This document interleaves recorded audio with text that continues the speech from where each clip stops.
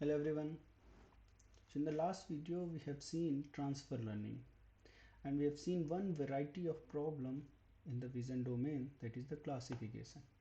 Now in this video we will introduce another variety of problem and why that problem is known as object detection problem, and that is widely used in many places, such as you can say driverless car, or finding disease in a specific portion of in the x-ray, or many other places. So let's see what is the difference between classification and object detection, and then in upcoming video we'll see what are the well-known solutions available and how we can utilize it. So let's see into the detail. So here we have, so that this we already seen the image classification. So if you have one image, you will say that image contain car or not. So means if this image is containing car, your answer will be 1, and it is not containing any car, then you will say answer is 0. Then localization is saying that it will say whether it is car or not along with the location of that car. Usually when we have single object, then it is known as the localization. But that is not very practical, because if you look into the road or any other places, there is possible there are many vehicles. This problem is known as the detection. So where you have to identify individual object in which location they are along with their class. So might be possible this is car class, this is also car class. Maybe you have a pedestrian here somewhere, let's say this, then you will say this is your pedestrian, or you can say person, which is, and this is your bounding box. So in that way you will say this is the object detection problem, where you will not only say which object is there, but along with that you will give the information of the location. Why this is important? Let's think into the driverless car. Suppose I have a very nice model that will tell classification, whether person is there or not. And suppose you are implemented in your vehicle. Now your vehicle is going on the way. Suddenly your vehicle saw a person who is walking in the side of the road. But as you do not have the location information, then what your car think? Person is there, so you need to stop. So it will immediately stop. But actually the person in the side, you do not need to stop, you have to go through. So means if you have the location information, then you can take much better decision, right? So that is known as the detection problem. Now let's see what modification we have to do in the classification problem. So the very first thing that is required, that is the this bounding box information. So this is simple for the localization, means when we assume like we have only one object. So you can say whether this object belong to any of this class, it's either pedestrian or car or motorcycle, or background means there is no object. So then this will give you the output related to the class, and then if it is a pedestrian or car or motorcycle, then this will give you the bounding box. Where is that car? So you can say the classification comes here, and the object detection, or you can say the bounding box will come here. So means this information also required from there. So your output will divided into two parts. One part, or you can say part 1, will be responsible for classification, and part 2 is responsible for the location. So in that way you have two different part of the output, right? Now if you look into the loss function, because based on this you have to modify your loss function as well. So first thing, this is the output way that you are looking for. So you can say the person is, the object is present or not, that will give here. So if object is present, then only you will look for the location of that object, your bounding box. So you can say x, y, h and w value. With the help of x, y, w and h value, you can make a bounding box. Then here you have the classification result in which class it is belonging. But if that object is not present, then we do not need to worry about these values, right? So if object is present, if you say I am taking the squared loss, then this will be your loss value. And if object is not present, then this will be your loss value.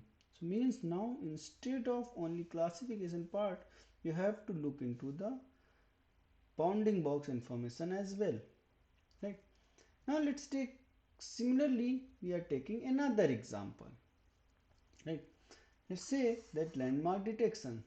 So in the face recognition, this is very important concept, like you are able to recognize this face with the help of landmark. So we'll putting 64 landmarks in the faces. So then first landmark information is here, second landmarks here, third landmarks here, and so on. You'll have 64 landmarks. So similar way you can find out, you will modify the loss function and you will have multiple values in the output, right? And based on that you will find out the landmark detection. Now the question came, how we'll train our model? So in order to train the model, you will require the annotated data. And who will do that annotation? The expert will that annotation. So for example, if you are looking for a object detection, then this bounding box in the training data will be made by human with the help of any tool, that is the label me tool, you can say. That is one example. Similarly many other tools are there. So you'll utilize that tool and make the entire data, and based on that data your network will be trained. Similarly when you say landmarks, so someone sit and then find out those landmarks locations and make this data for you so that you can train it. Now suppose instead of saying I have a classification model that is trained on closely cropped images of car. Now I want to utilize this model to find out the detection or to solve the detection problem. Then what you will do? You can use the sliding window concept. So you can say first you will go to this part, we will find out is there any car or not. So it will say no, there is no car. Then you will move forward and you will say now is there any car or not. Then similarly you will move forward, you will reach here, it will say no. So it will give information 0, 0, 0, 0, 0, 0, all zeros for this. Once your sliding window will reach here, then it will say 1. So now once it will say 1, you already have information where is your sliding window in this entire image. In that place you will make the bounding box, right? But there is a big challenge, like for example here one sliding window is this, let's say is something this, then this will also say we have a bounding, we have a class. Then your sliding window is little forward, then it will also say I have a bounding box, then it will also say I have a bounding box, then this will also say I have a bounding box. Means you have multiple sliding window which is saying I have a car. So you can say how to solve it. Then you will come to the confidence value, right? So in order to solve this challenge, we are using non-max suppression, right? So whichever have the highest confidence,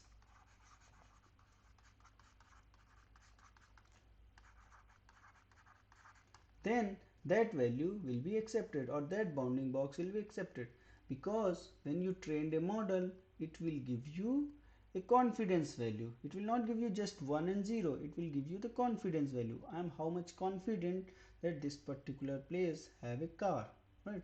So based on that confidence value you can utilize the non-max suppression, and once you apply the non-max suppression, then if you compare all these boxes in the non-max suppression, maybe this middle box will give you the highest probability. So this will be selected and remaining all will be rejected. That you can say post-processing part of the object detection, right? Similarly, you can utilize IOU intersection over union. That is also help us to find out the best bounding box. So you can say which have more IOU value, or that will be selected, or if you have IOU value 0.5, then only that box will be selected. This is known as intersection over union, right? So the challenge in the sliding box, what should be the size of this box? That is the first challenge. And second bigger challenge is the computation that is required to complete the operation. So you can say how much shift you will make. It's a one shift or two shift, or how many shift will make. So the biggest challenge in the sliding window concept is a very expensive, very expensive. They have computational cost is very high, and second, the size of window. So we have some solution. We will see in the next video how we can solve this challenge.